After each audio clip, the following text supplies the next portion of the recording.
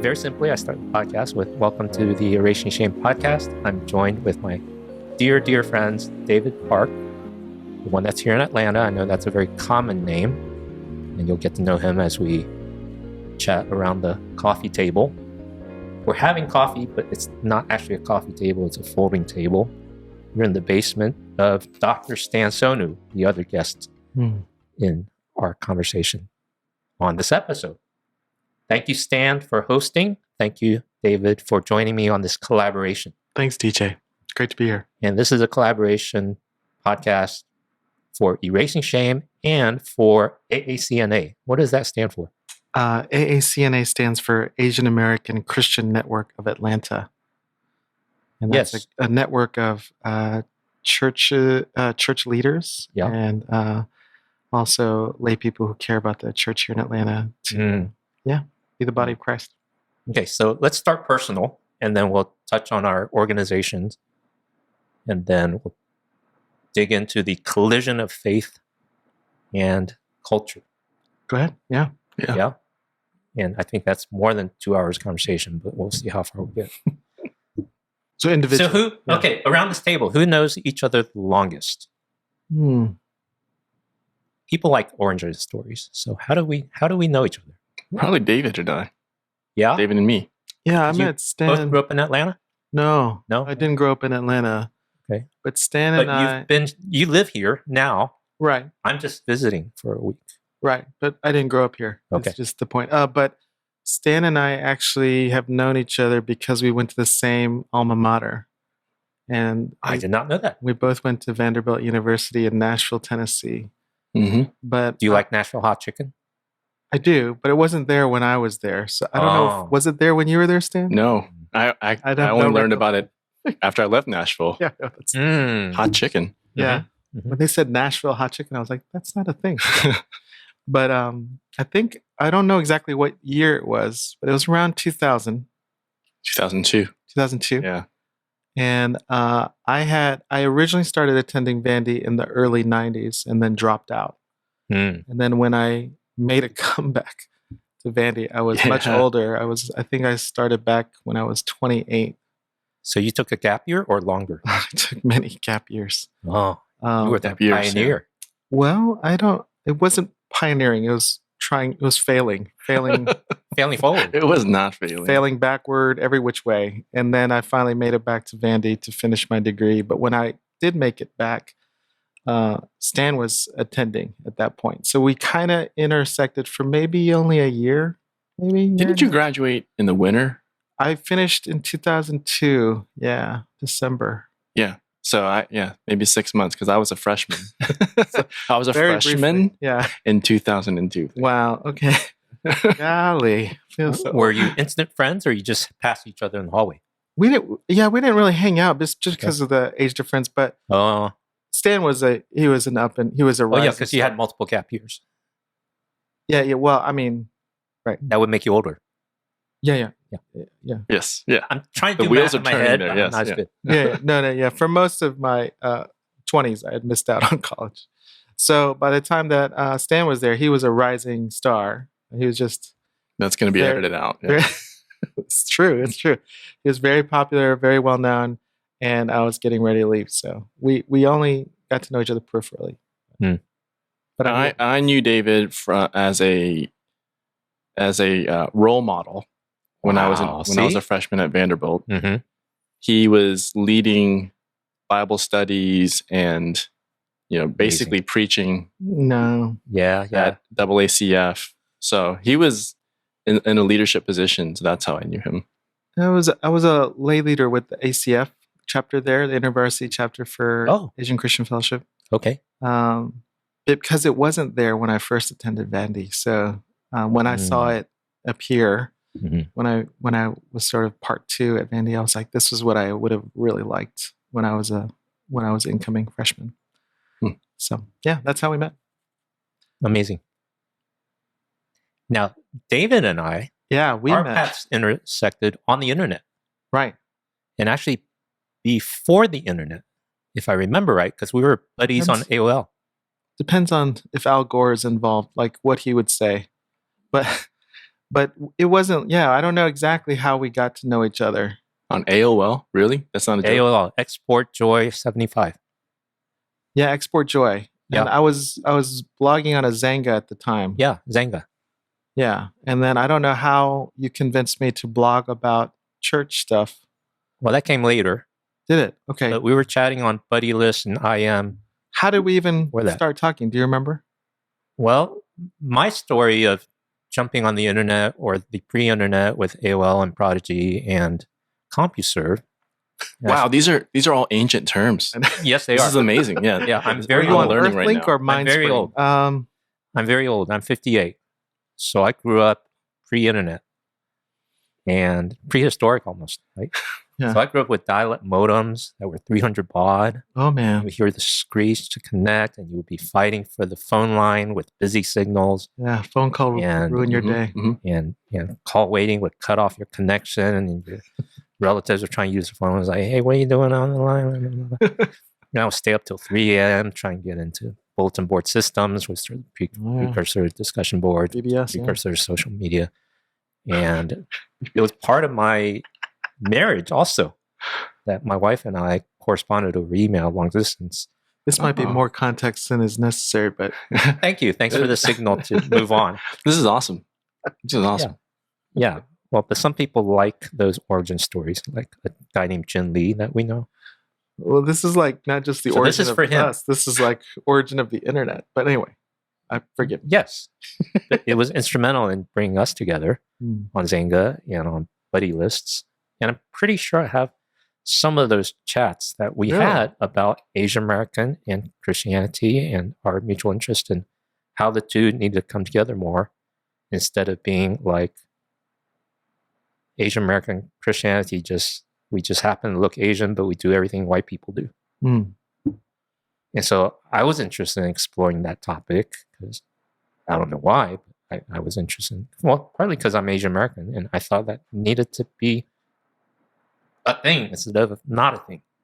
Yeah. And I know for even today in 2024, it's not a thing for many Asian Americans, but we still think it should be a thing. And fast forward, since we have plenty to talk about.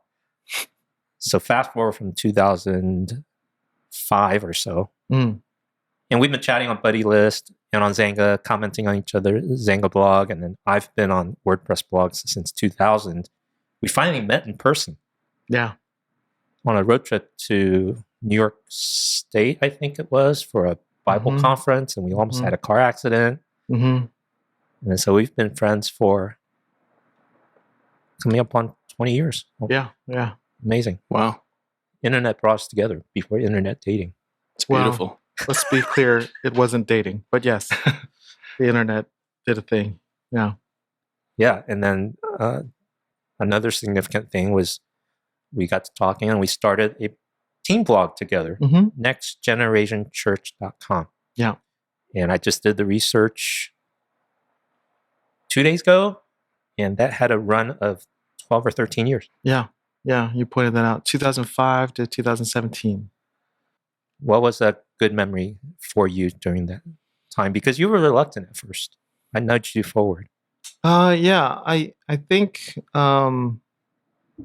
it got really exciting with Linsanity, and there were a couple of really high sort of, I guess in that small sphere, right, a very esoteric conversation.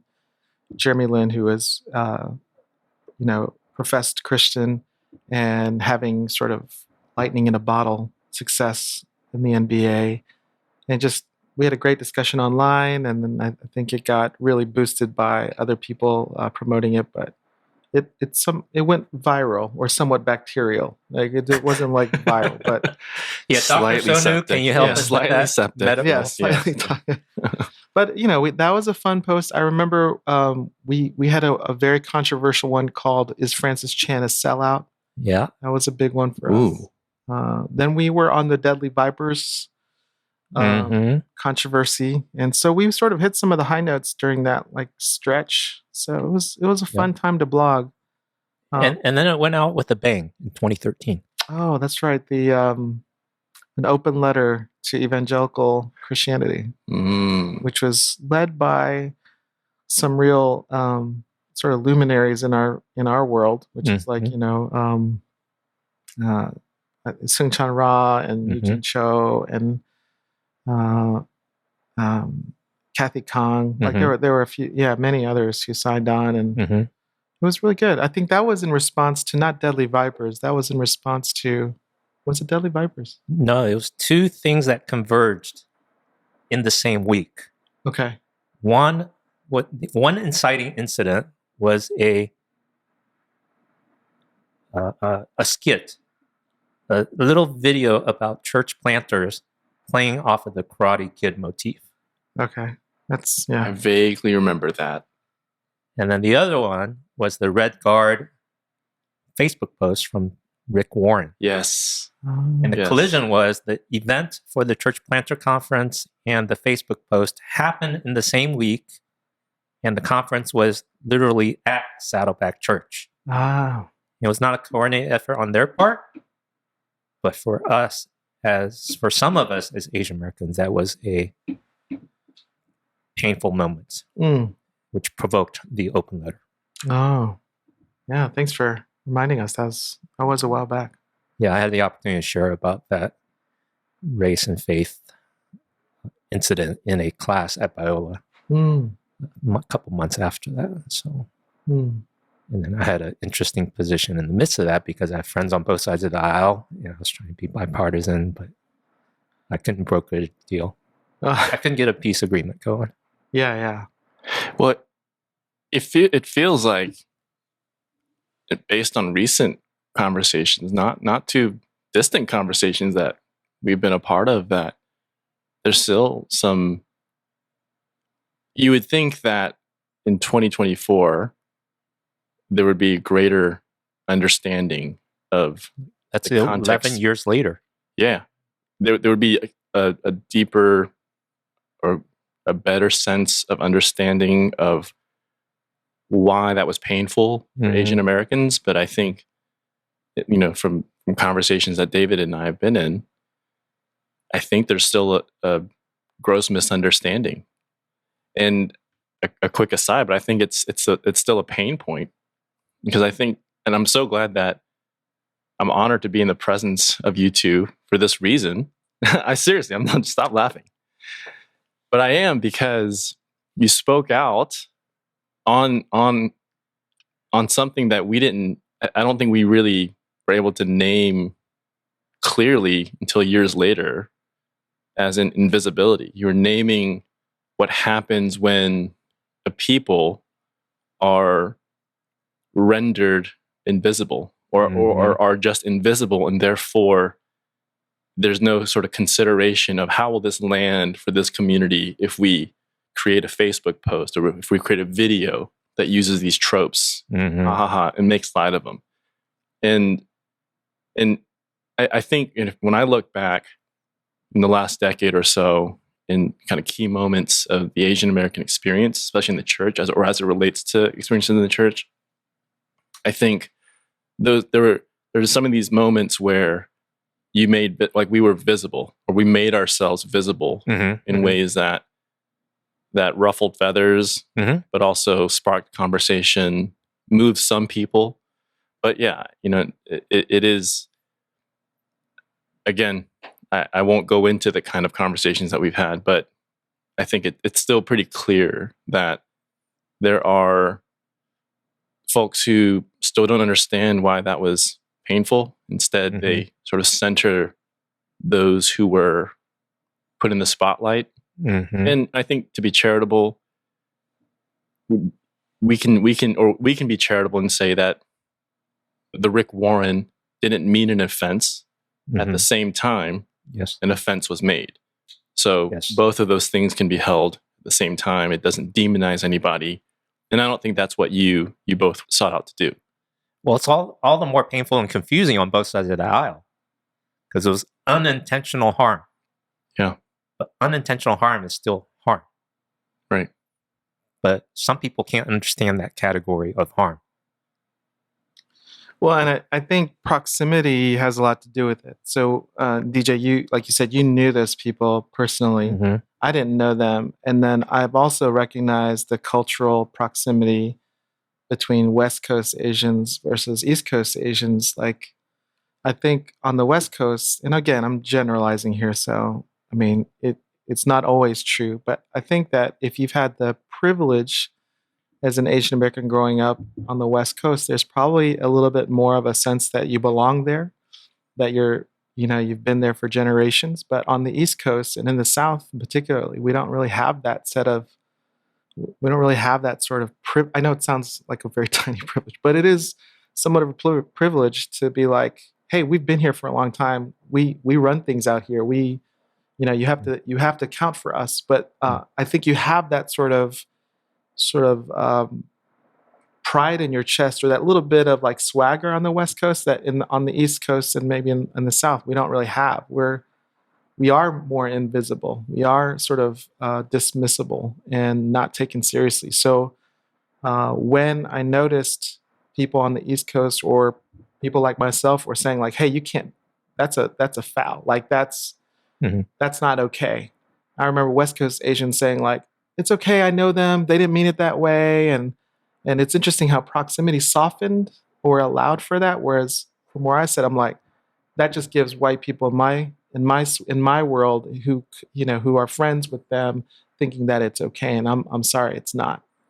Well, let me give you another angle on that, because while there is proximity, the voices that have come out loudly and vocalized actually start on the West Coast. So when you look at even the label Asian American, that came out of UC Berkeley in '65, which is West Coast, multi-generations of Asians. When you look at a most significant initiative called Stop AAPI Hate, that came out of San Francisco, raising visibility for anti-Asian. They're not Christian, though. I think my point is these grievances in the evangelical world, the West Coast Asians were like, "Oh, it's okay. I know them. They didn't mean it that way." And it was like Soon-Chan Ra and Kathy Kong and others from the West Coast, like, no, the East Coast. Okay. East Coast. Well, they were Midwest, but Midwest and East Coast. Right. Just to acknowledge their geographical location. Because if we have any academic types, they love socio. Sure, but Soon-Chan, he hails from Baltimore and correct Boston, so he's more East Coast than he is West Coast. And in the South, we were pissed because, like, hey, I mean, y'all are good friends with people at Catalyst and Andy Stanley and Charles Stanley and them, and they don't ever think about us. So if you're going to talk about us, not to go Will Smith on it, but get your name out, get my name out your mouth. That's how we felt in terms of like being angry about it, and then other Asians going like, "It's okay, I know them. They didn't mean it that way." It's like, I don't care who you are. I don't care who you're friends with. Don't talk about it. Yeah. Wow. Like all of us, Okay. I've been put in my right place. Well, but I agree with you. So politically, historically, the epicenter for Asian American resistance does come from the West Coast, but not Asian American Christians. See, that's an interesting dichotomy, because the same West Coast where Asian Americans did rise up and bring social justice in the non-faith space has not happened in the Christian space. Yeah, well, that's a whole nother conversation. That's a whole nother conversation. Right? I was going to say, lots of factors play into that. So maybe we'll hand that off to Soon-Chan and Daniel Lee, since they're in the same place now at Fuller. And they've got a little podcasting. They can do the historical analysis on that. But yeah, thank you, Stan, for jumping in on that, because I was curious, because we're first person in that 2013 incident. And for you to notice that in 11 years later, not much has happened. For people my age, Christians, Asian Americans, it was kind of a trailblazing moment, and it was very significant. I mean, my wife wrote her master's thesis on the Deadly Vipers event. Really? Yeah. Can we invite her on the podcast right now? Should I go upstairs? Well, actually, I tried to invite her and she said no, but I forgot to bring up that accomplishment. Right. So it brought up, I think in a larger sense, it brought up this question of why haven't we questioned our identity, and do we matter? And I think it just brought up a lot of questions for us that we had never had a platform to ask, had never had a way to even think about those questions, and I think a lot of them, to be honest, still remain unanswered in a lot of ways. But it put Asian American identity, Asian American Christian identity on our radar, into our consciousness in a way that felt meaningful, in a way that wasn't there before. So again, I'm not joking when I say I'm honored to be here, because I know you both took a thrashing in some ways, and that thrashing sometimes has a long tail.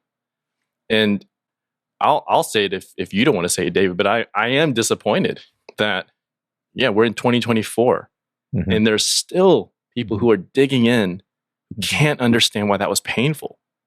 And their first response, and these are Asian Americans, their first inclination is to say, well, I know that person, I know that guy, I know that woman. They didn't mean that. And it's like they're not hearing the issue. Like I don't want to drop. I mean, we can cut this out, but I feel like there's endless parallels and endless examples out there in society where we can say this person did not mean harm, and yet harm happened. Are they in the right or are they in the wrong? Should they apologize or should they not? I think most people would say they should probably, yes. We know there's phrases about good intentions. The road to hell are paved with good intentions. That's a trigger word, boy. Hell. Yeah.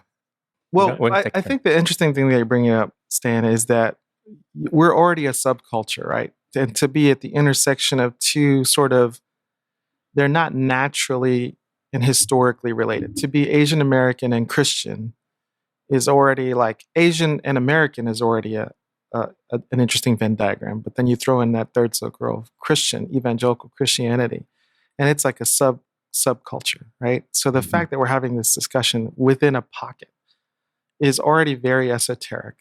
And in a pluralistic society, and when you have coastal differences with pretty large margins in generation and sort of cultural critical mass, I think it's become I know that disappointed or discouraged is this.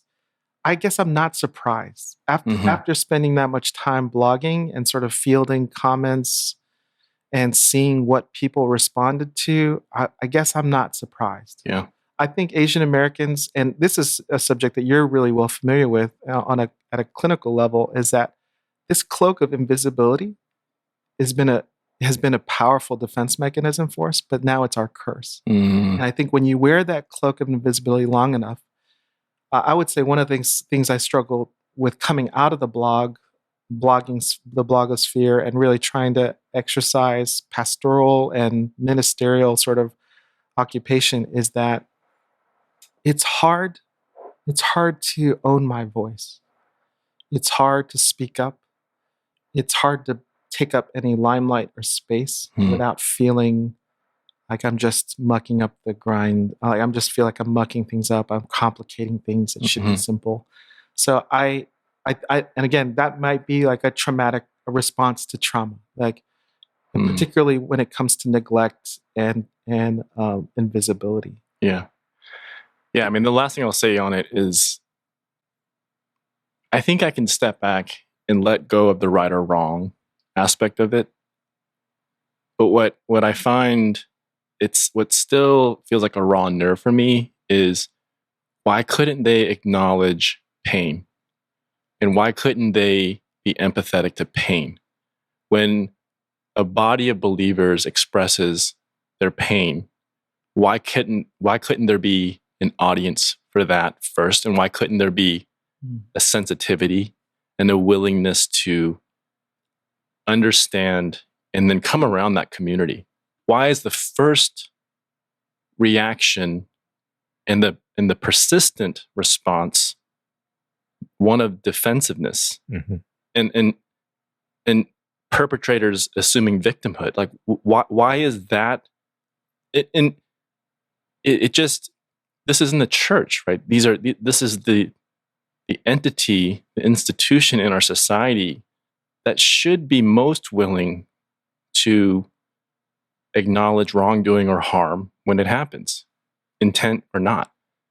So that part, it honestly still grieves me a bit, because I'm still a part of this, of the broader church and faith community. This is those people we're referring to, I claim as brothers and sisters in the same faith. And so it just feels like there's still a lack of reconciliation there. I just think that, oh, I'm sorry, go ahead.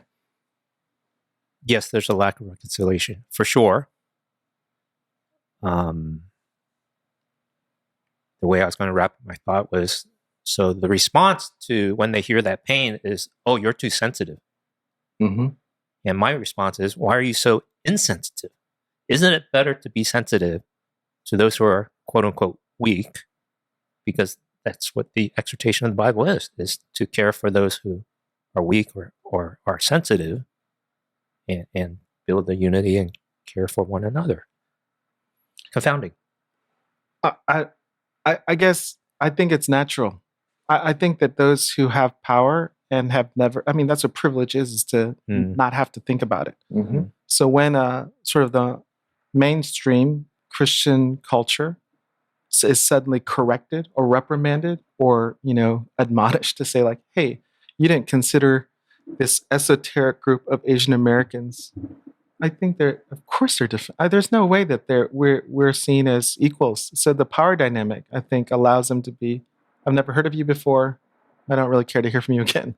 And I just don't think that apology is the posture that white evangelicalism is used to. I mean, there's books written on white fragility, white rage, even. So I think now, at the time I was like, really like, oh, this is tragic.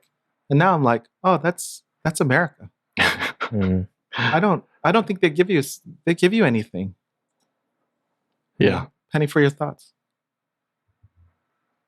Now, I'd like to make a move and say that what we've been talking around is not esoteric. It's actually embodied.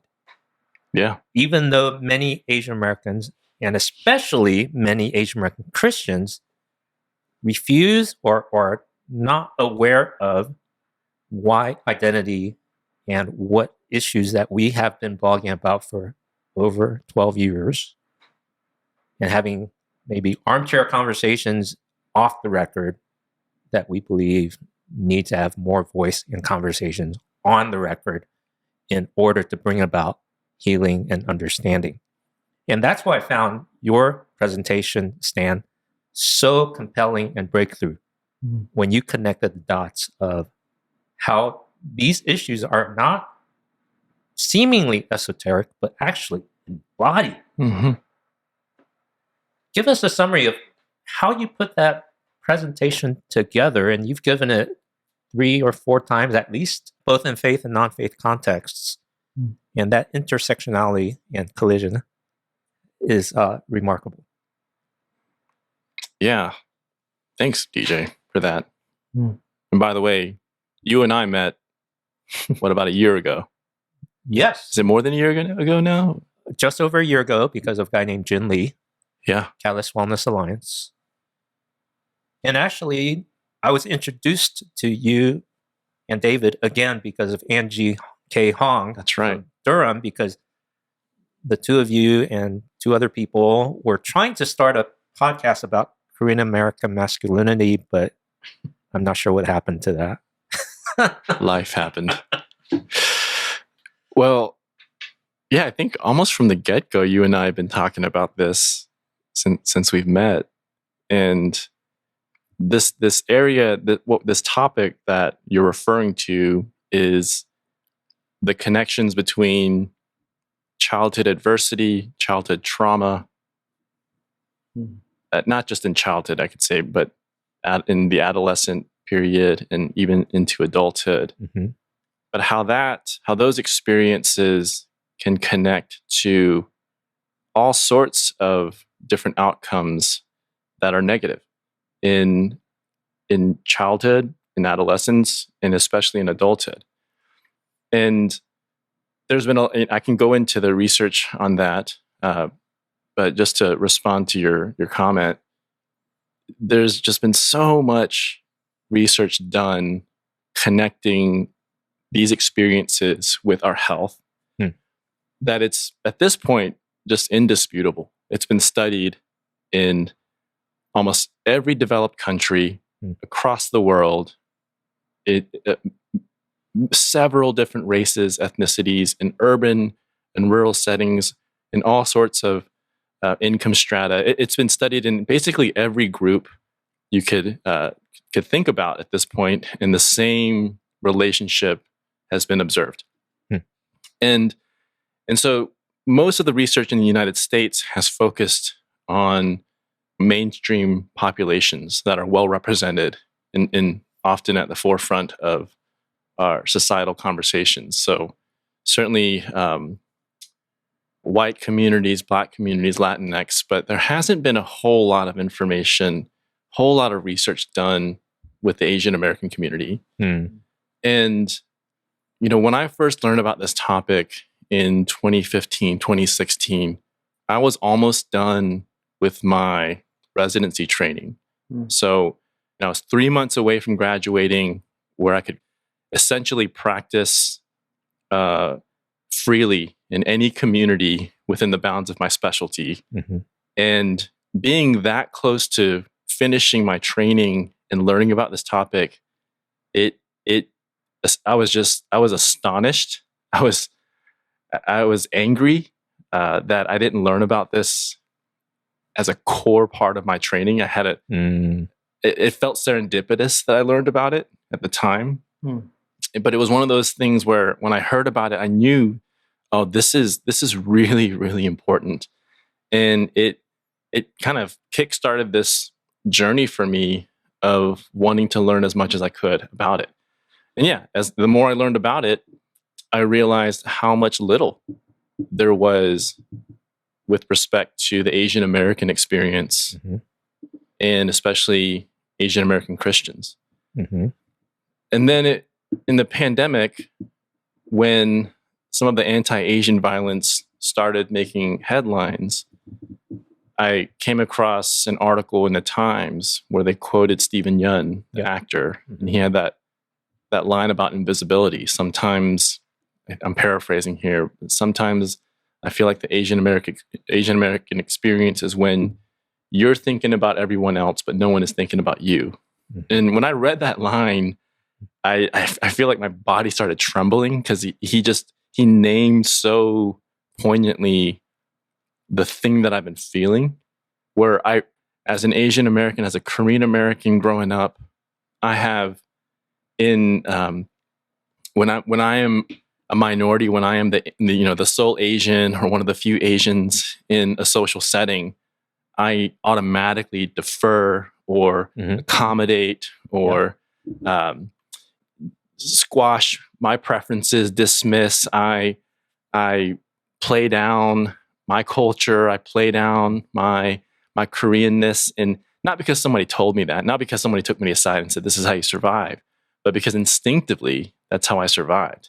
I got so used to that invisibility feeling. And so after I read that line, I started thinking about, how has this affected me? And how can I map this experience of invisibility to what I've learned about trauma? And trauma is a very broad term. The way I would define trauma is it's any experience, let's say that is encountered in childhood, that overwhelms that person's ability to cope in a healthy way. So trauma can, the same natural disaster event can be experienced by 3 different people, but they can each experience it in a different way. And that experience can have different effects. So the example I use is like a tornado. So if DJ, you grew up in Oklahoma. Well, you could use the example of a hurricane. That'd be more timely. Well, yeah, the hurricane we just went through. Yeah. So if you grew up in the Florida Keys, seeing hurricanes every year, multiple hurricanes every year, and David and I live up here in the north part of Georgia, where we don't really see hurricanes, and you see all of this devastation happen. For you, DJ, that event might not be experienced in a way that reaches the definition of trauma, but for me and David, it very well could. Mm-hmm. So, trauma is less about necessarily the event, but more how those things are experienced. So that can explain some within group variability. But there are many different experiences that can meet that threshold or definition of trauma. Mm-hmm. A lot of times we think about abuse and its variations, right? Physical abuse, emotional, sexual. We can think about, the chaos of living in a home with a parent who has an untreated mental health problem or substance use disorder. Mm-hmm. Maybe you, as a child, saw violence against one of your parents. What we don't tend to name as often is the experience of neglect. Mm. And neglect can take a number of forms, but the most common ones are physical neglect and emotional neglect. Wow. And physical neglect, it's that one's more obviated when you just go to someone's home and you see their refrigerator's empty, there's no clothing, the water's cut off, the lights are off, right? But emotional neglect is a very insidious kind of neglect in that it's very, very difficult for the individual who experienced it to remember it. Mm. Because part of the way we naturally cope and survive experiences of emotional neglect is in a way avoiding or denying that we experienced it. And children just do this naturally. We do it very naturally. And what I realized, just to wrap this part up, is we Asian Americans have, because the experience of invisibility, it feels like a theme, because it's such a shared experience, has almost felt normal in a sense. It's just life in America. Mm-hmm. But when you sort of zoom in on that experience of invisibility, and you start to allow yourself to consider how that has affected you individually, how that has affected your perception of yourself, how that has affected the way that you show up in society, I think for many of us, we realize that it wasn't a benign experience at all, and rather it's an iteration of neglect that's systemic, that's prevalent on a societal level. And the data shows it's not benign. Oh, absolutely. So mention two of the things that it actually impacts that we're not aware of. Yeah, I mean, there's many studies on the impact of neglect in childhood, but one study that I cited in that presentation was they found that for children who experience different kinds of traumas, abuse and neglect, or other types of maltreatment, those children who experienced neglect had the lowest scores around creativity and confidence. Wow. And Jacob Hamm, who's one of my trauma role models, I don't even know if that's a thing, but he's a psychologist at Sinai in New York, and a very just has a profound kind of presence about him. I learned this from him. He said that the person who experiences emotional neglect as a child, when they're an adult, doesn't by default look back on their childhood and say, I experienced neglect. What it more often comes out as is, yeah, I didn't have the best childhood. It could have been better, but my parents did the best they could. And so what he's sort of naming there is the almost universal coping mechanism to neglect, where the person dismisses or is inclined to dismiss the impact of neglect on their lives. Maybe there's not even an awareness of it, but there's almost kind of this knee-jerk move towards explaining away why they didn't get what they needed. My parents were busy, they were working all the time, etc. And I think, I've said this before in conversations and in different presentations, but I think one of the reasons we have a hard time really, digging deep and thinking about experiences of neglect in our own lives is because as soon as we open that door, we feel this rubber band pulling us back to say, don't be disloyal to your parents. Don't disrespect them. Do you know how hard they worked? Do you know how much they sacrificed? And so we can't actually even open the door without shame coming right in. There it is. See, erasing shame. We got to erase shame. Thank you. That's why we're having this conversation. Right. So we can't even open the door without shame flooding in, and it makes us close it. So we can't even interrogate our own childhoods to a great extent because that shame rubber band pulls us right back out. And so what we have to name, or what I've been trying to name, is, we can hold two or more things. We can hold a dialectic here where let's start by honoring our parents, and let's start by recognizing and acknowledging and being deeply grateful for their sacrifice and their unspoken dedication to the family, their incredible work ethic. Let's start from there. We can hold that at the same time as we open this door and interrogate our own lived experiences as children. And one of the examples that I feel like is sadly not uncommon is a person could have had a father who worked endless hours overtime at whatever job they had, running a small business or doing whatever it is they did, and they worked diligently. They never missed a day. They never complained about it. They always were able to provide for their family, and so we can recognize that, but we can also recognize that same man who did that, who worked incredibly hard and made those sacrifices, was the person who, when he came home drunk. And when he was drunk, he became terrifying to his family. He might have even, yelled or put hands on his wife or children. And that is not okay. And so we have to be able to name those things to be able to make sense of them. And I think for many Asian Americans, we haven't been able to hold that dialectic. We haven't sort of been empowered or given permission to hold that dialectic because we don't talk about this. We don't talk about these experiences on a regular basis. Shame, if anything, keeps us from really vocalizing any of them. We keep it buried. We suppress it. We deny it.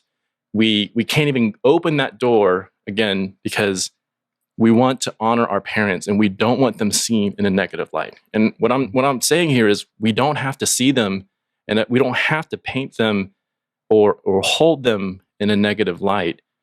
We can hold this tension of, again, acknowledging and honoring all that they've done, but at the same time, recognizing that as children, we didn't always get the things that we needed, that every child, I would argue, deserves. And, ever since having kids, I feel even more strongly about this, that kids do deserve and need nurturing care. They need presence. They need attunement. And these are the things that are so good for healthy development, healthy brain development. And en masse, Asian Americans and Asian American Christians, a lot of us didn't have, we can't say we had this experience growing up. Okay. Is there a word for dialectic in Korean?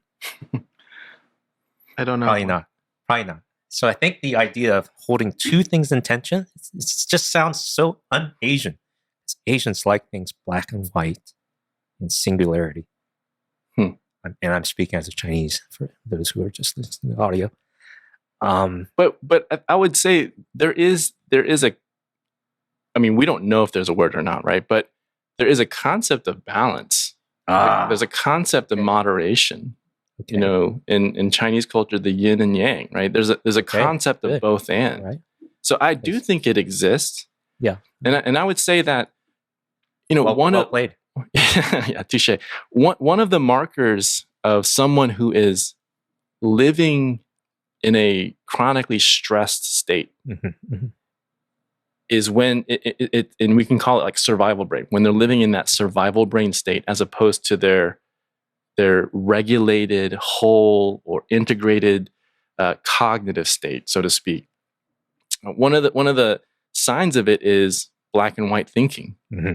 When you're in that survival mode, when you're stressed, you want to see the world in black or white. You want to make, you want decisions to be made quickly. It's very difficult when you're living in that survival mode to hold the tension of two things can be true at the same time. You actually need to be in this more integrated, regulated state of mind to be able to do that. So, I know you hear this phrase like, "Oh, I'm a simple person. I like to see the world simply." Like, I think there's one way you can look at the world where, yes, it is simple, but a lot of things, especially when it comes to lived experiences and intersectionality, require a dialectic mode of thinking. We have to be able to hold multiple truths at the same time. David, you have 2 minutes for a response. Well, we're in election season, so that's I think the hard or the difficult part for me in terms of opening the door, Stan, is not only does it shame but it potentially brings shame on our parents, but I think it brings deeper existential questions of value and worth on myself. I wasn't worth. Maybe I was worth having a house for, but I don't know if I was worth spending time with and being invested in. I think that's the deep existential question of, am I worth that? And then I think we had to work to find our worth. And I think that's part of where, so that's, I think, one of our generation's sort of challenges is to find our worth outside of our work. Secondly, I think when I see my parents now, I realize that they were also children of trauma. Like, my parents were born in the 40s, which means they were 10 years old, tops 8 years old when the Korean War broke out. And even prior to the Korean War, it was Japanese occupied. So they were also, there's a couple of lost generations there.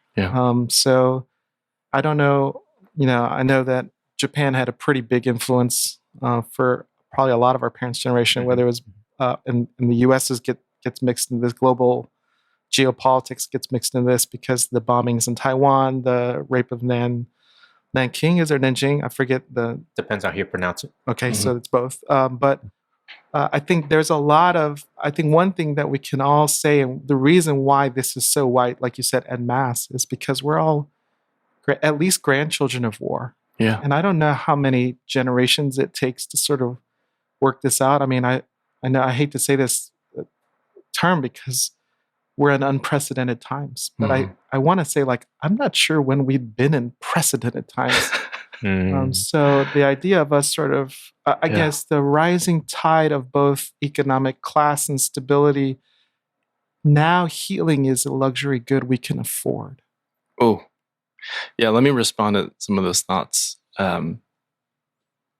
What you said at first about opening the door, what comes along with that is these thoughts of worthiness or lack thereof. And what you're naming actually is what children are most terrified of instinctively. That's why you see children who are living in the most chaotic circumstances at home, right? Maybe there's a mother who has a drinking problem, and a dad who's depressed, or vice versa. And that child is experiencing profound neglect. You'll never hear that child say, "My parents are mistreating me. They're not doing their job with me." What you'll hear is, "If only I was better at blank. If only I cleaned my room. If only I followed directions better. I got better grades.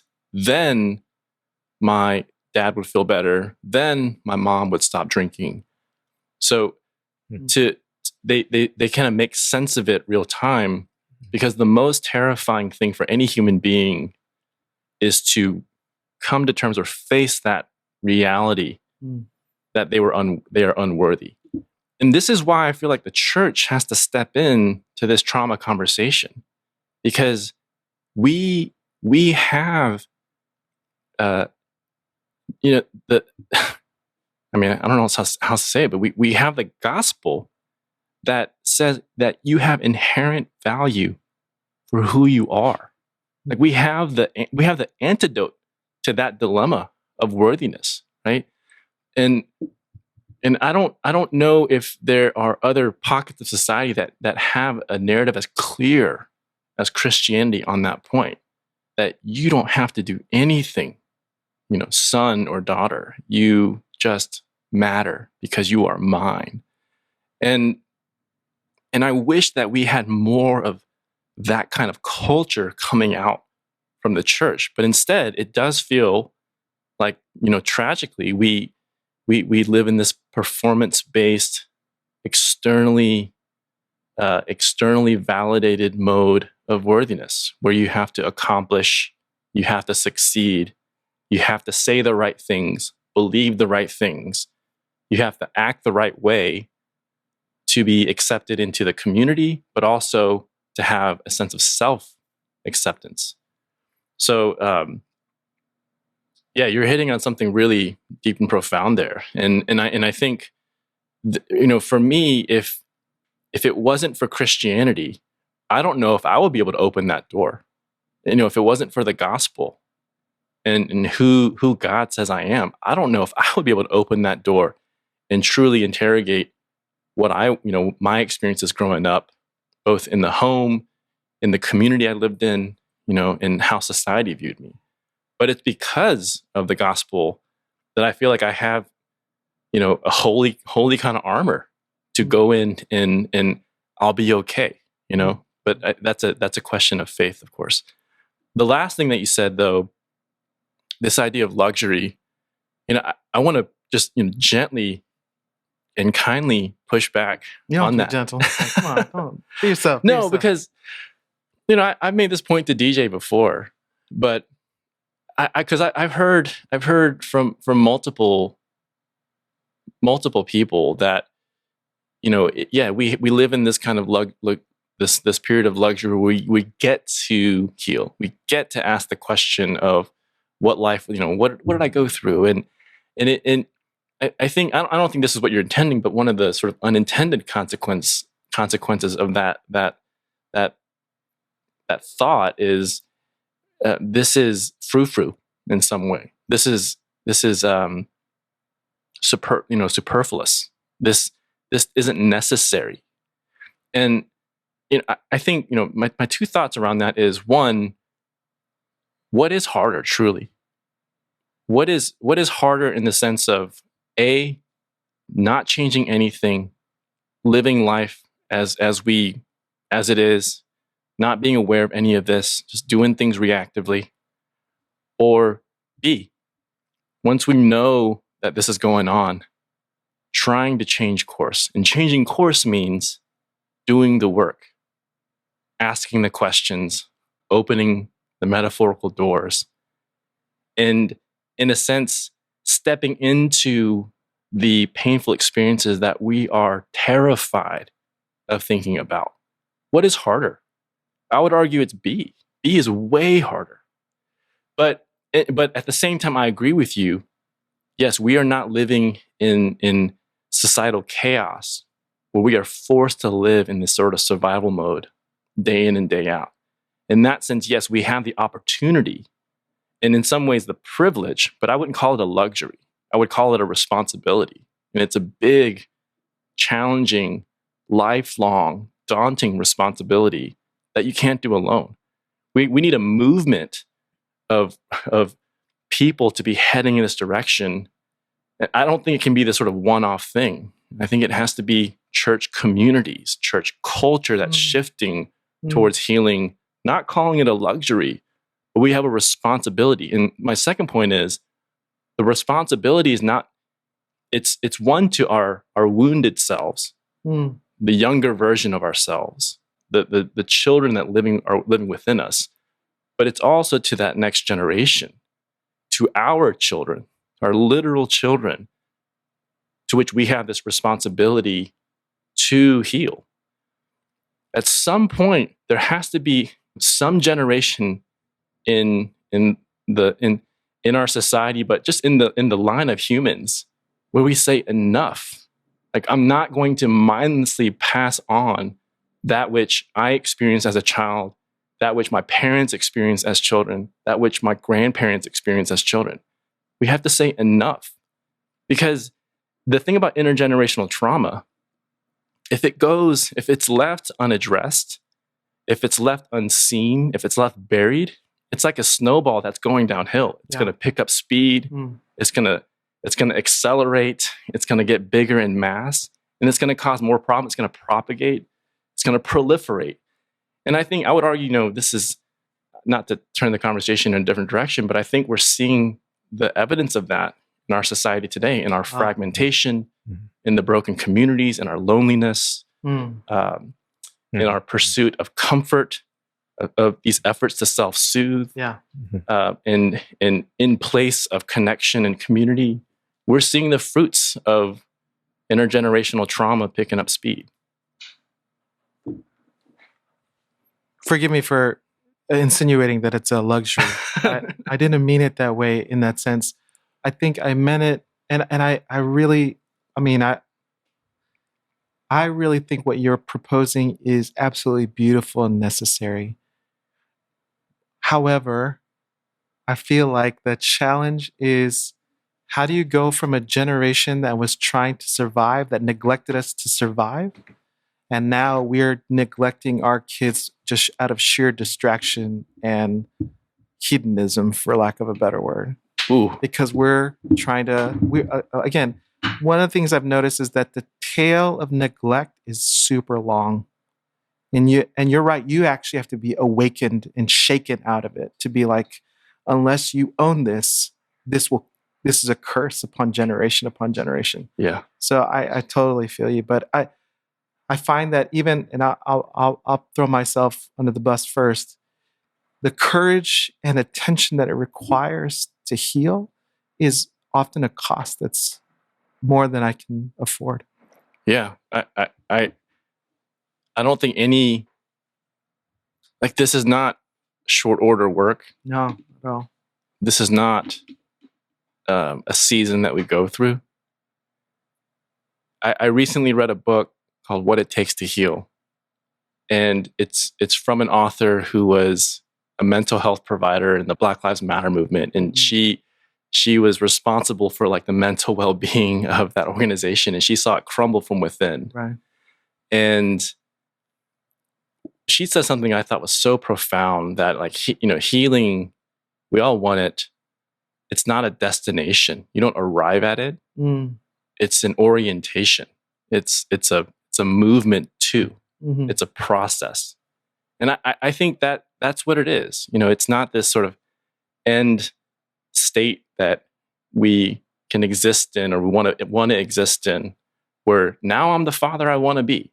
Now I'm the parent I want to be. Now I'm the spouse I want to be. But it's this willingness to be on that journey. And it's lifelong. I mean, again, we have to unlearn so much of our survival strategies and these reactive patterns that helped us survive as children, as teenagers, even as adults. None of that is easy, and it for sure cannot be done in isolation alone. So yeah, it is daunting. I'm with you, man. It's nothing that we can. It's not something to dismiss. Not to downplay. And I don't even have an easy answer for that. How do we do that? I think there are some intentional steps we can take, but I think we have to. Our tendency too is we might have this like better version of ourselves in our mind that we want to move towards, and I don't even think we should necessarily even think about what that better version is.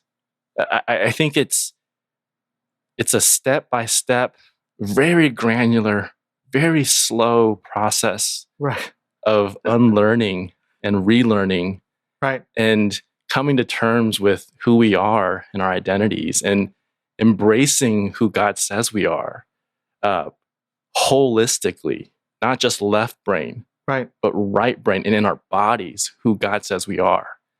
I think so many of us can love God conceptually. We love the idea of God, but God remains abstract.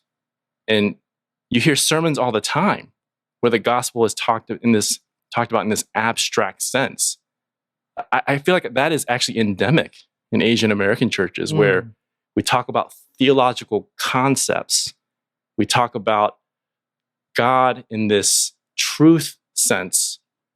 But I think what we need a little bit more of is God in the Jesus sense of a relationship. And that is really hard to do. You can't just tomorrow do that. I think it's a slow process of unlearning and relearning. Well, I'm sorry I don't mean to hog up the mic, but I want to push back by I'm not countering anything you have to say. I think everything you're saying is right on.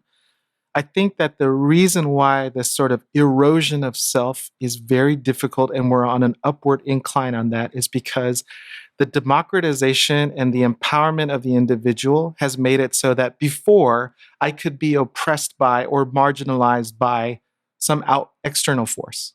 The thing that's happening that I think is interestingly, and maybe it's not historically unique, but I think at an individual societal level, it's unique because now I can marginalize myself. Like I can pimp like I used to be like, oh, you have to work for the man. I'm working for the corporation. The boss is really these Q4 numbers. I got to get them up. Now, if I work, I can do this because I'm Ubering.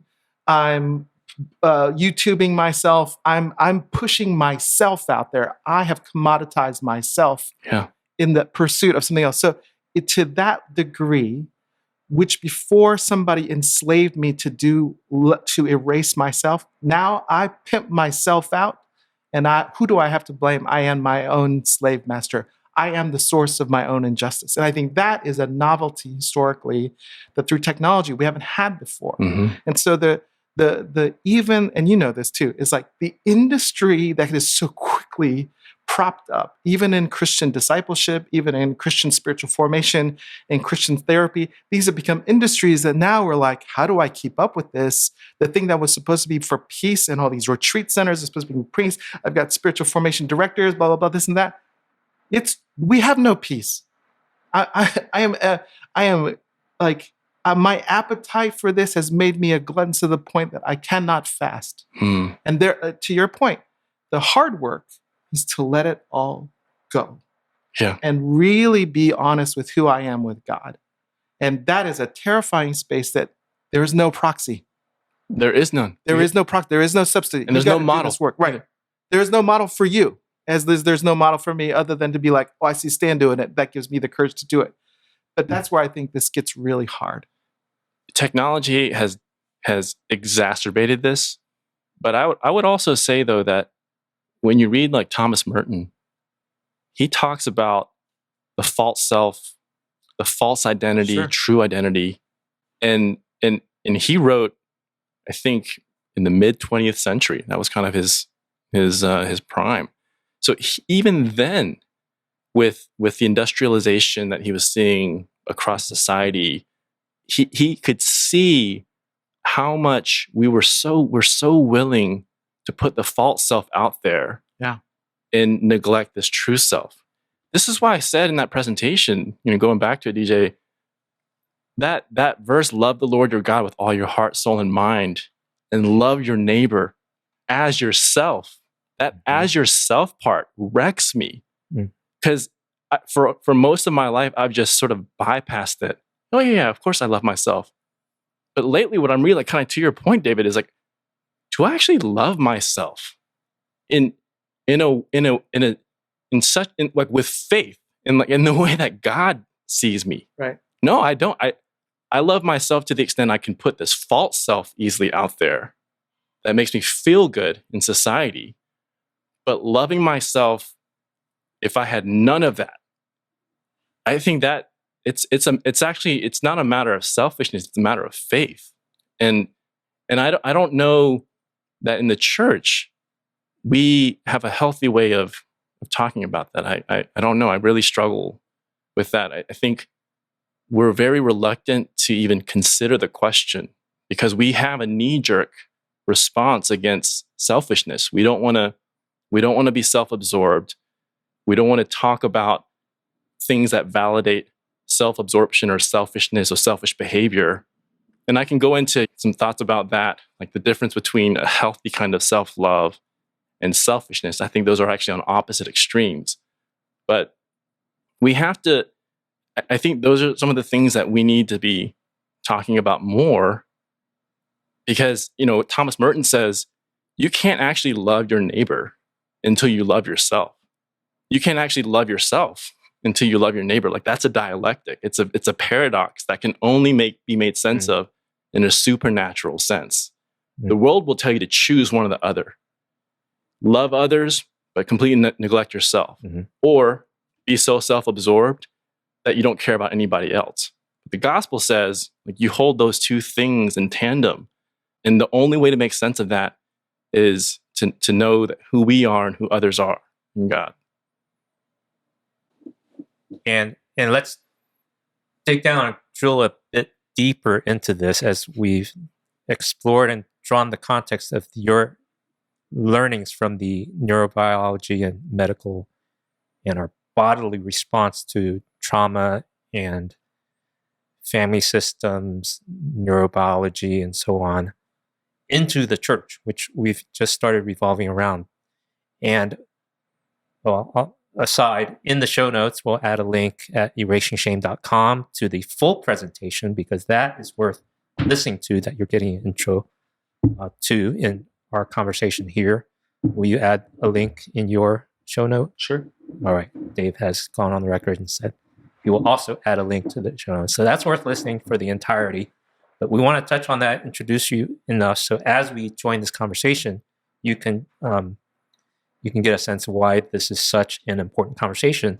And it's such a new conversation because while Thomas Merton laid some good framework and context in the 20th century, we need to learn how to talk about it in the 21st century, especially among Asian Americans.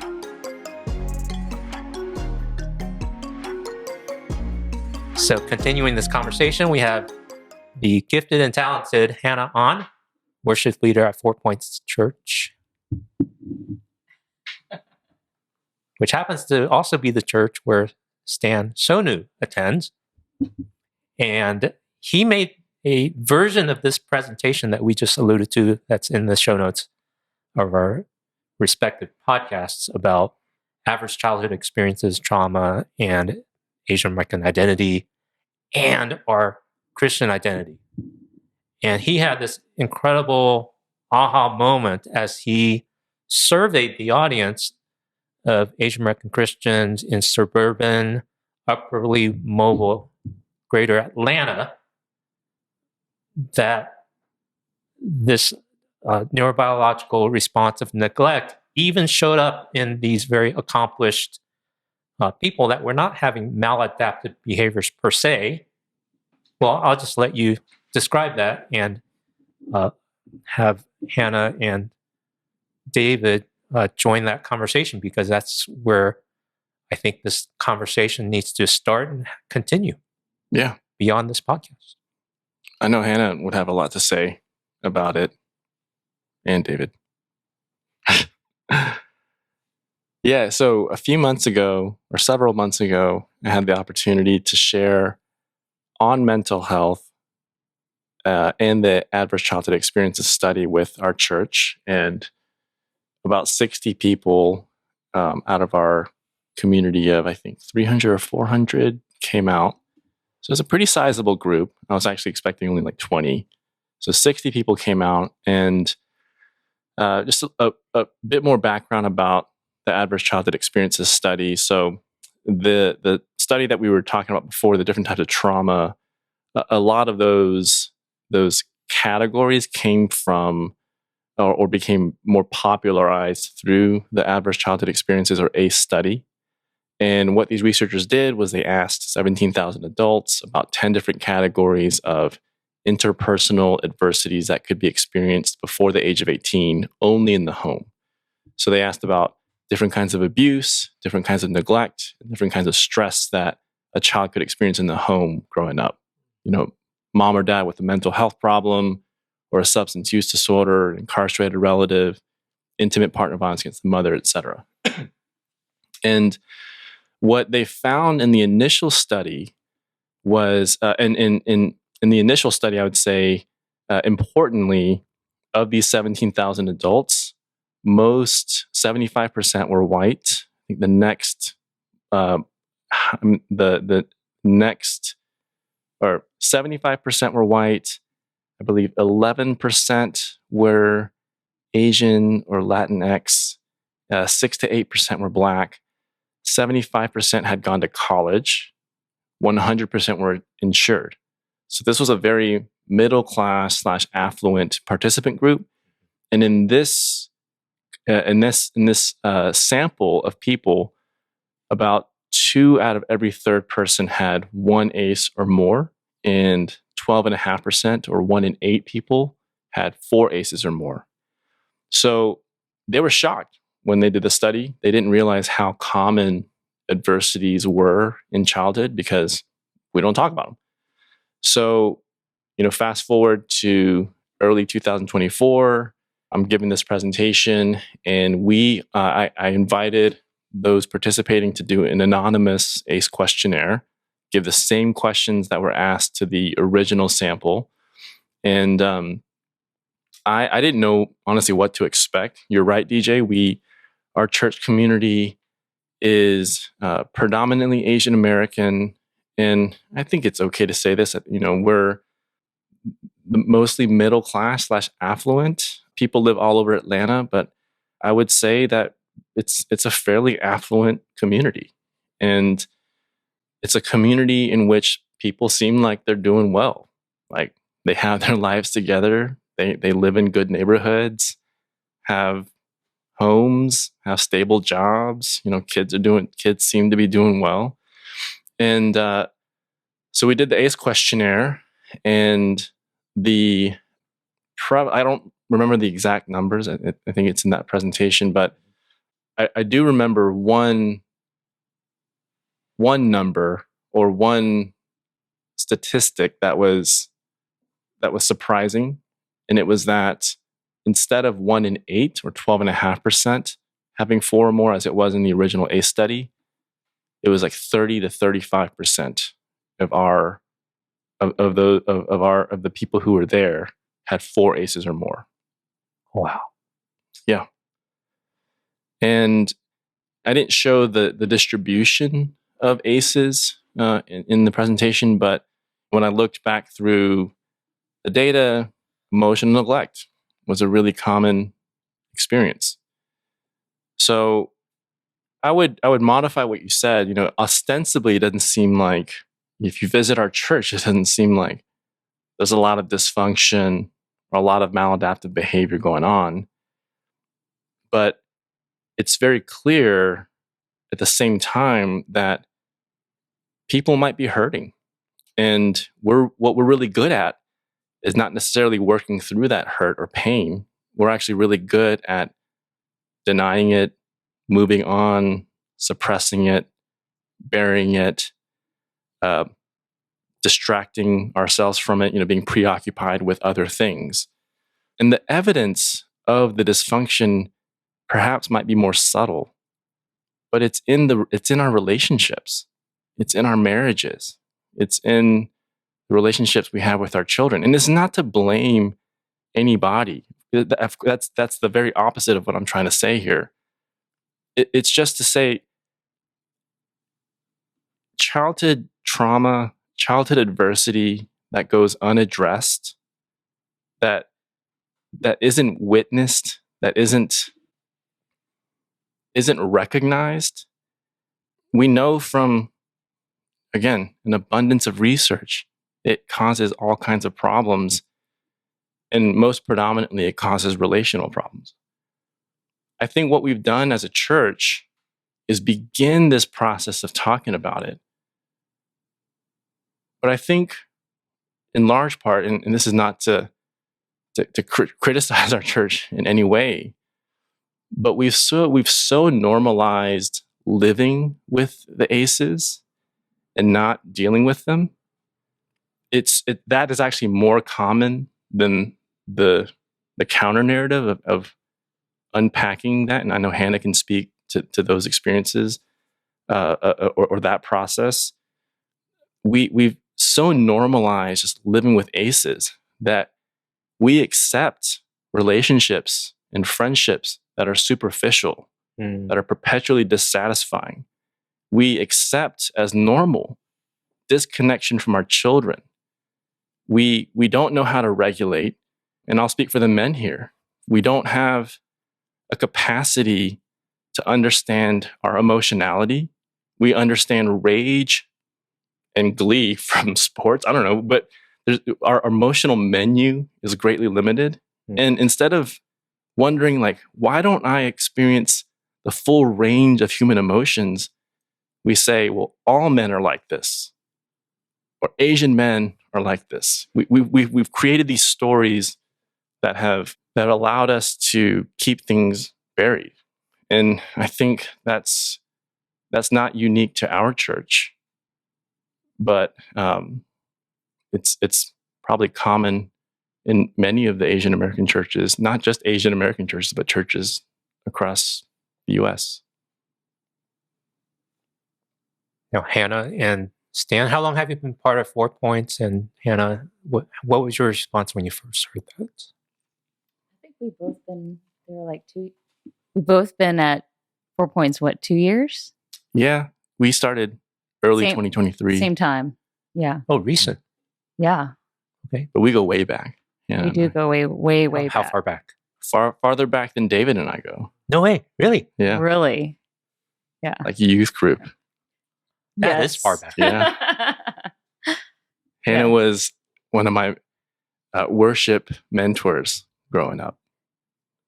Yeah, this is a long time ago. Taught me the ropes. Way over 20 years, 25 years ago. Yeah. I sadly was not a part of that conversation that day. I don't know where I was, but I've heard you speak on that and share your heart on that. And, sadly, I'm part of that percentage of Asians that have experienced 4 or more ACEs. That's my story.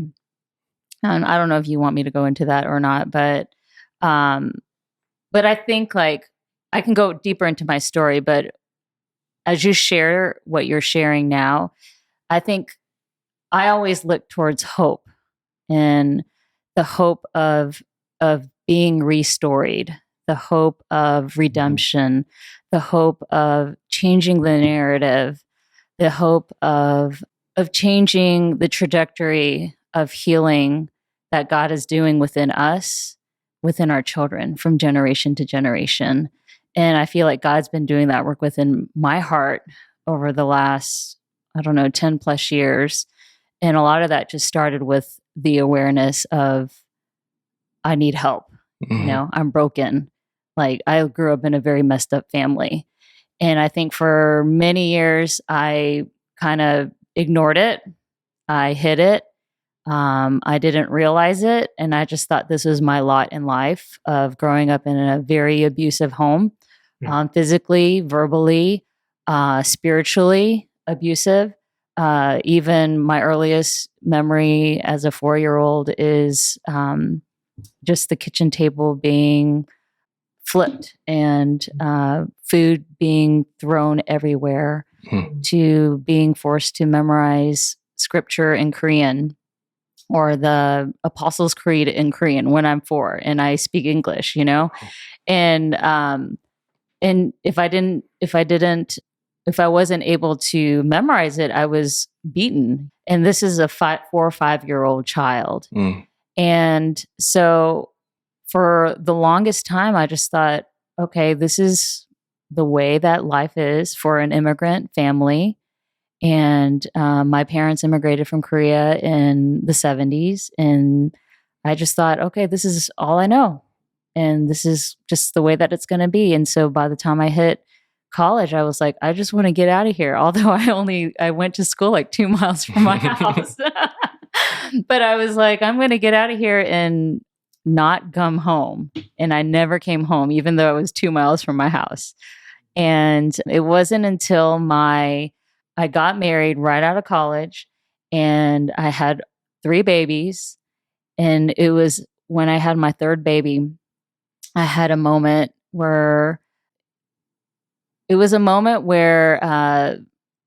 guess it was definitely a traumatic moment. And I'm just going to be careful just to be honoring to my parents who are still alive.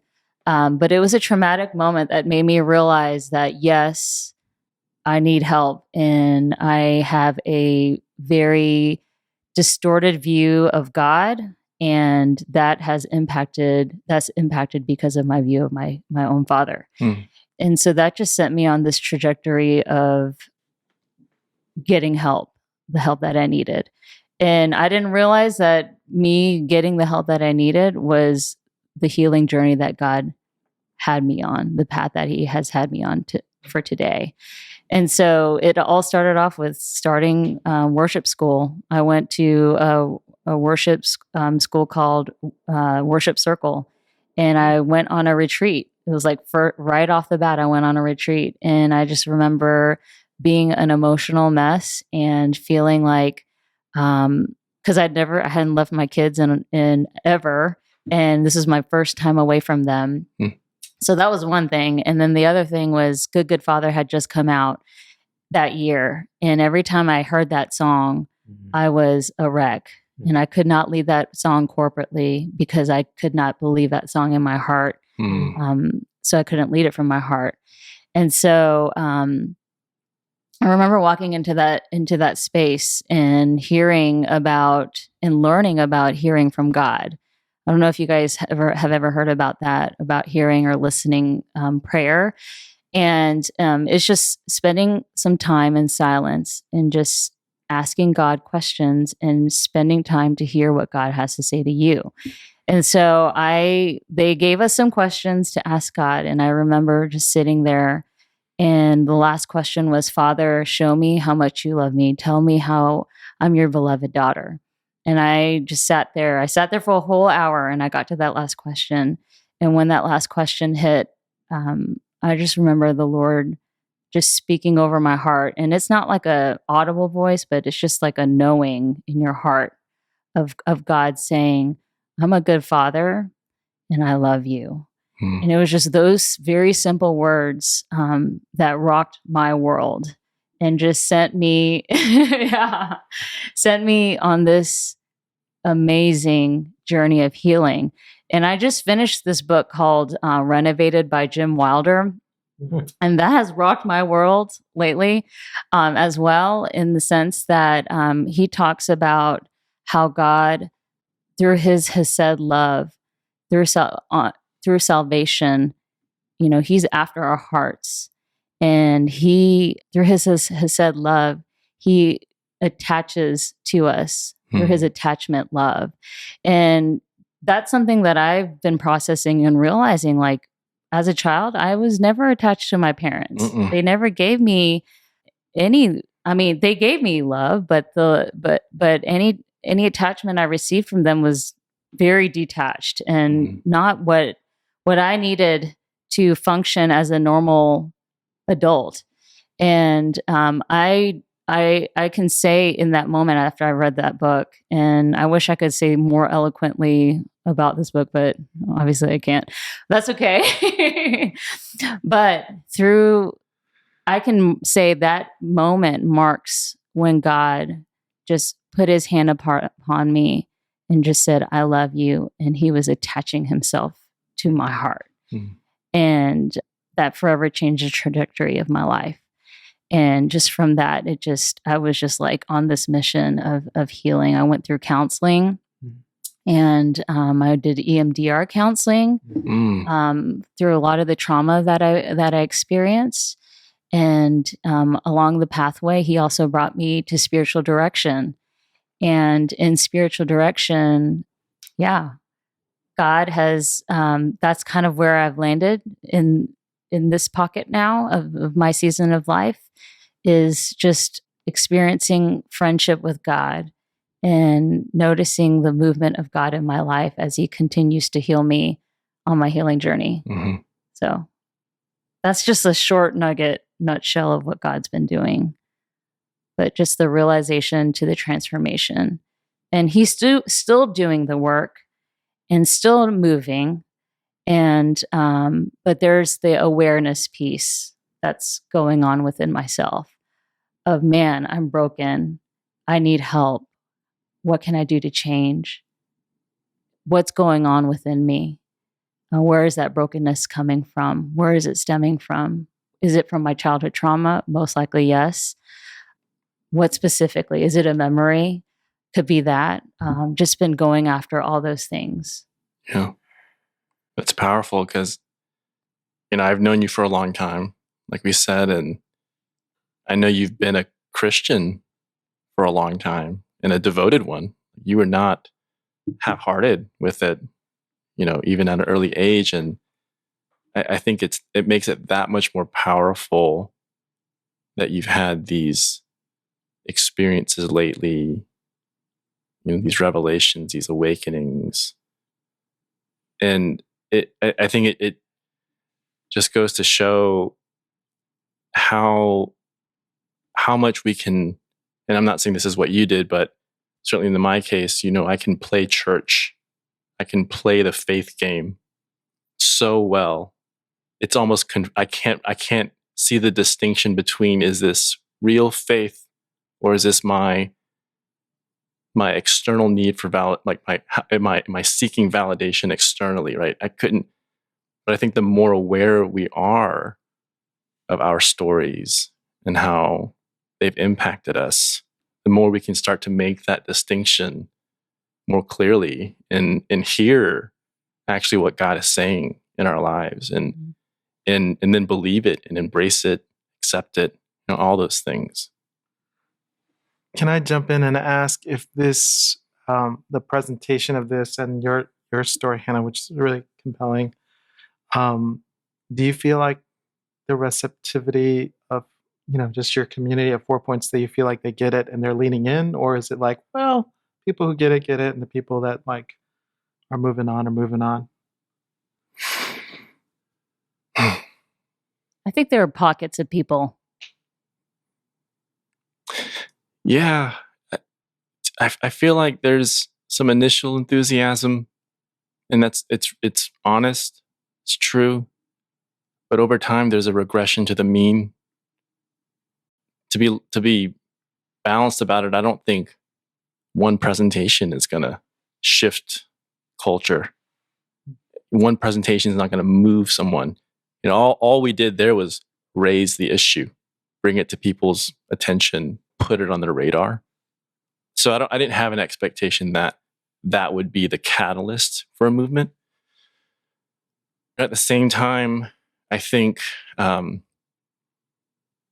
I don't know if this has been your experience, Hannah, but for me, the biggest barrier for any kind of movement or unlearning or willingness to jump in on this process of healing is fear.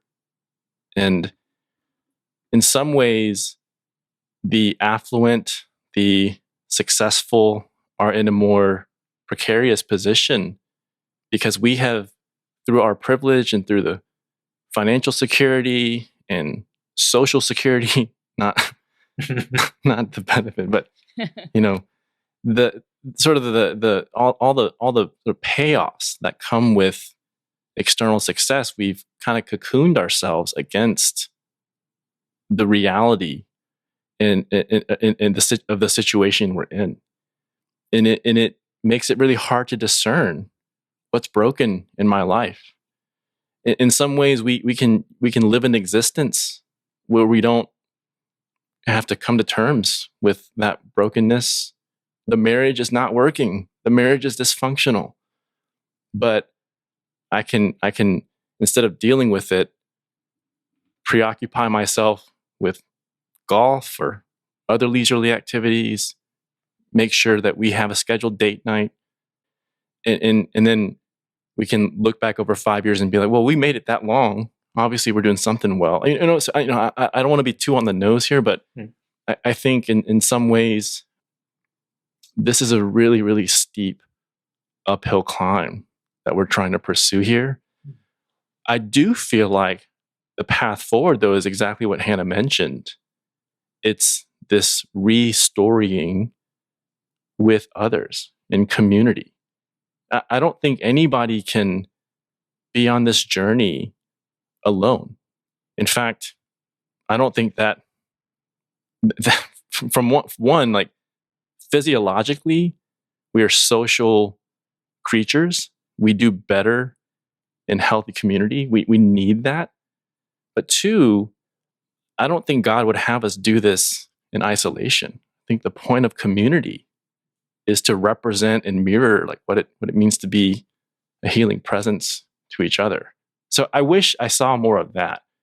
I wish we had more of that. Maybe you're seeing that, Hannah, in among the women, but I have yet, and I'll say this on the record, like I have yet to see that among the men in our church.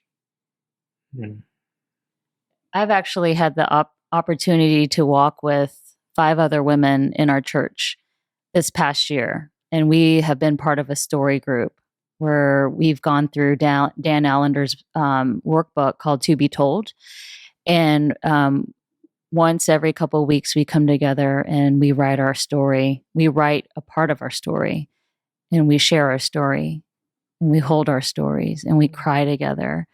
And it's been a beautiful healing journey to walk together in community and to heal together and to bond together. And so I feel like I've seen it. I've been part of that. And I don't know. Maybe you'll be the catalyst, Stan, to start a story group. But I see glimpses. Yeah. Like it's starting. And there's a women's retreat coming up, and I know more's in store. Yeah, more's in store in that. Yeah. Like God is using our story group to pour into that.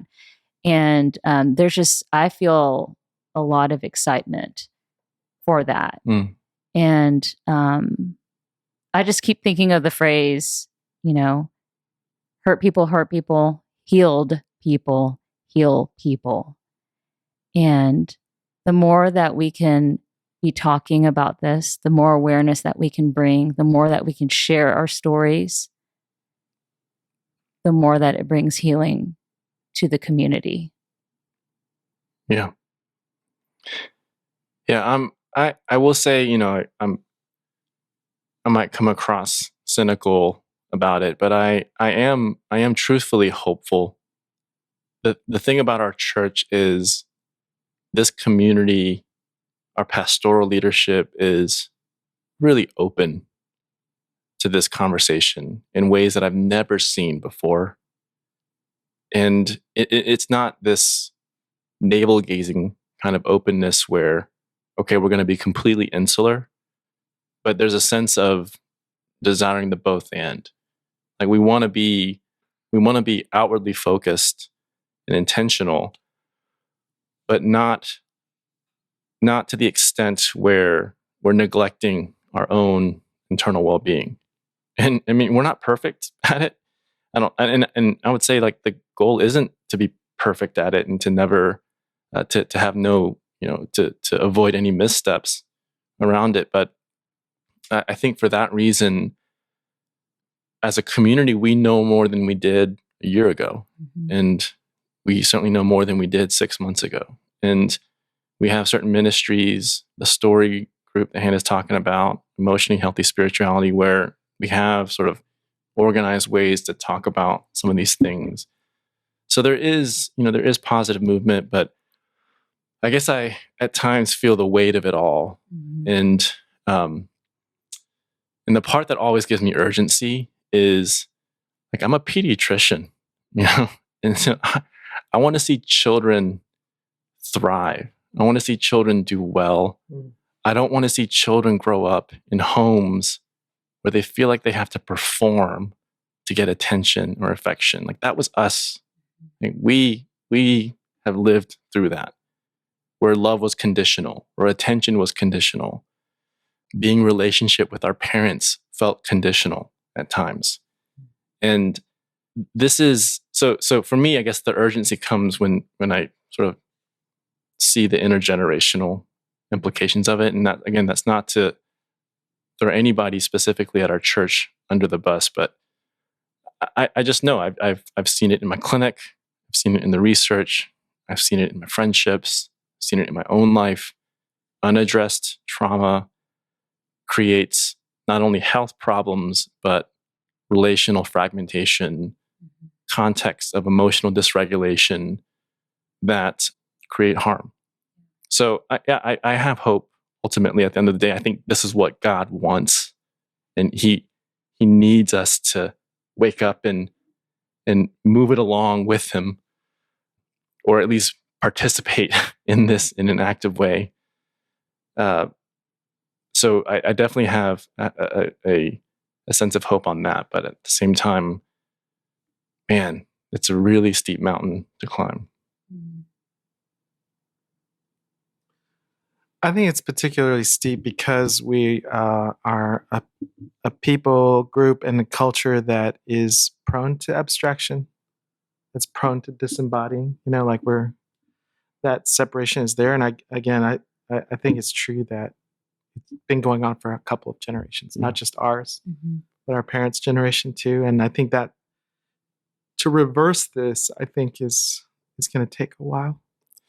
Yeah, and I wish I had some research to counter that point, but I think you're right to an extent.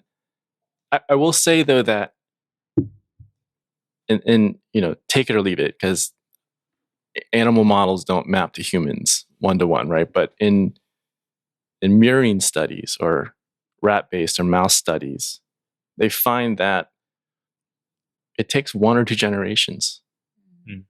And there's in the secret sauce or the catalyst is the generation that provides nurturing, consistent care to the pups.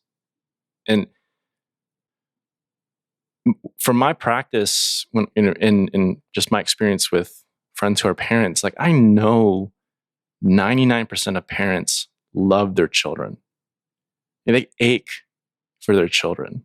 Like they're worried about them. They stress about them. They want their children to do well. The issue is not love.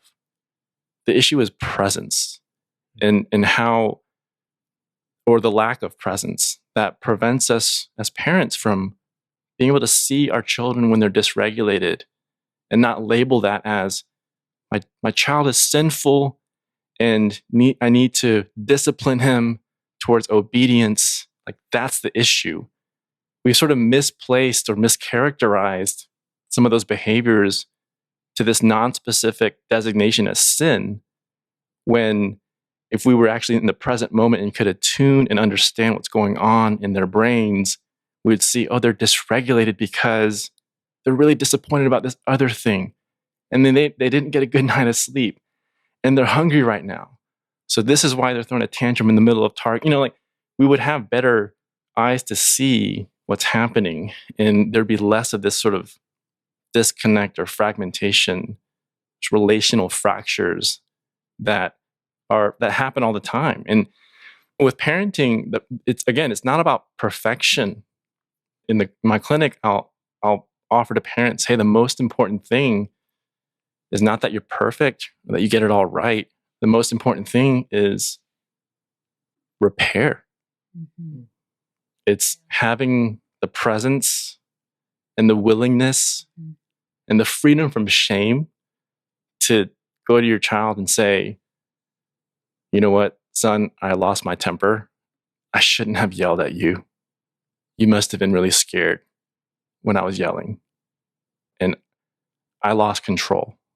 And I'm sorry. How many of us as children ever heard sorry? Like, I think a lot of us probably think that word is not existent. It doesn't exist in our parents' vocabulary. But it is so important to model that. And I don't know, I guess when I look at the gospel and I think about the Jesus story, like, to me, every part of and how Jesus modeled interacting with each other, with others, it's crazy how much it maps so well to what is good for our physiology. It is incredible, like, how closely it mapped. Like, grace is incredibly soothing and regulating for our physiology. And there's no reason to have grace outside of a faith-based Christian context. It doesn't make sense in the secular world. It's like, you wrong me, I have every right to retaliate or to have recourse. But the idea of grace is like, that is the cycle breaker. And yeah, I guess I could go on, but I'll stop there. I mean, there's so much more to unpack around that, but all to say, I feel an urgency, and I think for me, it's just like a tension that I have to live with, because obviously this is not on my timing. But I feel so mixed about it, because I feel like I have to have an urgency in order to push. Like, we have to have an urgency in order to put this on people's radar and have it feel significant.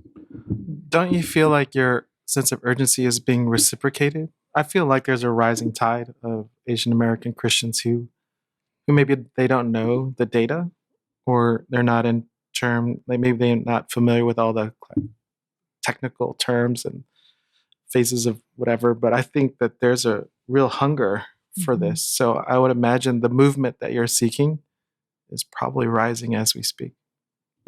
No, you don't.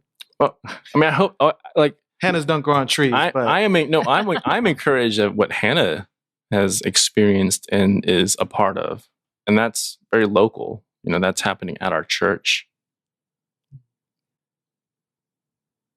It's when I think about the men, what's happening among men, that sometimes just feels like a wall.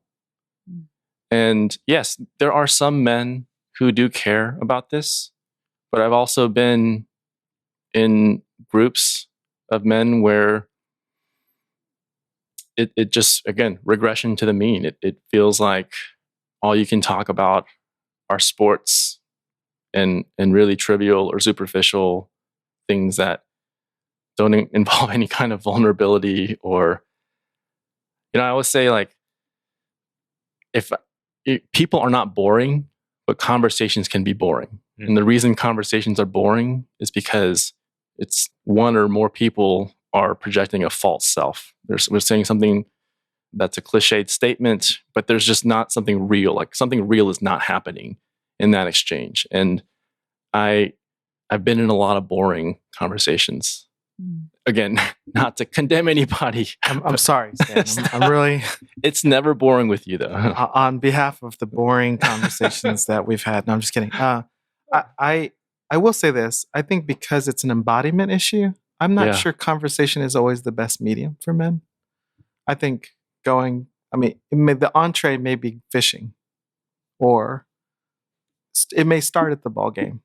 Like, it may start talking about basketball. So I think you have to wade through a lot of the small talk to get to the heart, because I think men have been ignored and we've dismissed ourselves for so long that in order for me to believe that I'm safe enough to be heard, my heart won't open. Like, you're going to have to cut through a lot of permafrost before we get through, hey, you're going to stick around? Because most of my adult friendships are pretty fair weather. And so, like, the idea of, like, crisis and this being a shared burden, I'm not sure if intellectually I'd be like, yes, we need to do this. Yes, we should. I'm ready to open up. Cognitively, yes. Emotionally, like, no, I'm not sure if I believe you. And so I say that to say, even if it feels like a wall, I would say for particularly Asian American men, I think that's part of the process. Just because there's no sign that anything's going on doesn't mean nothing's going on. Yeah. Yeah, that's good.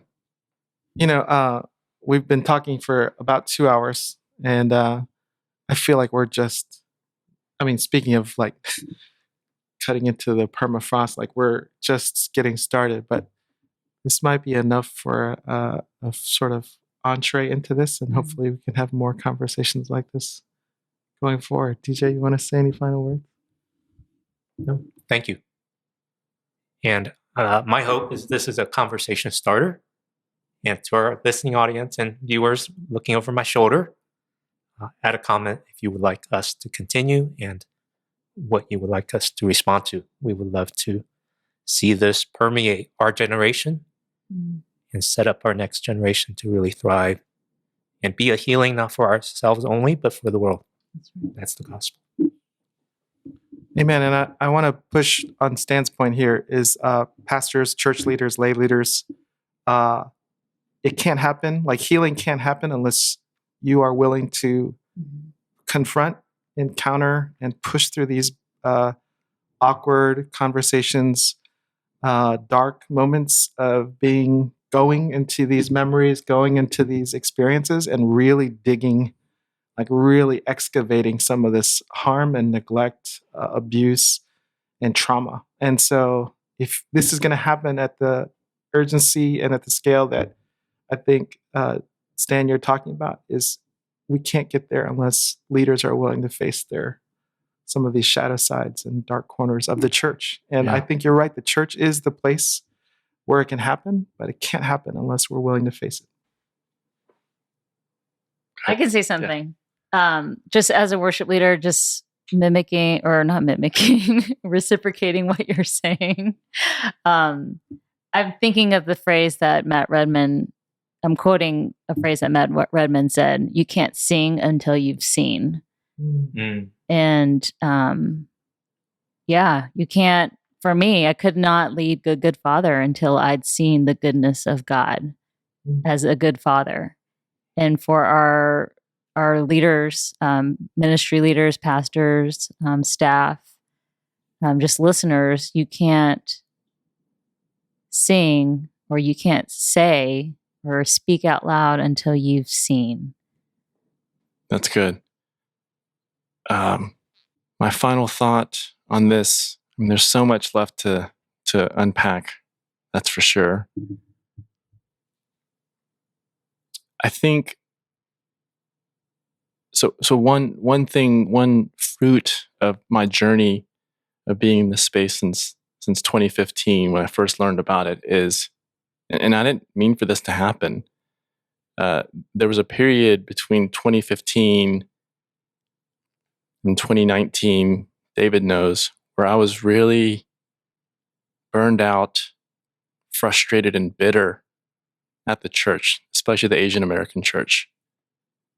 And what has happened with me learning more about this topic, understanding and making sense of my own story, and letting it impact my relationships and how I show up, it has greatly just brought me back under the wing of Jesus in a way that I never expected or anticipated or planned to happen. And part of that has also made me love the church in a way that I never expected or anticipated either.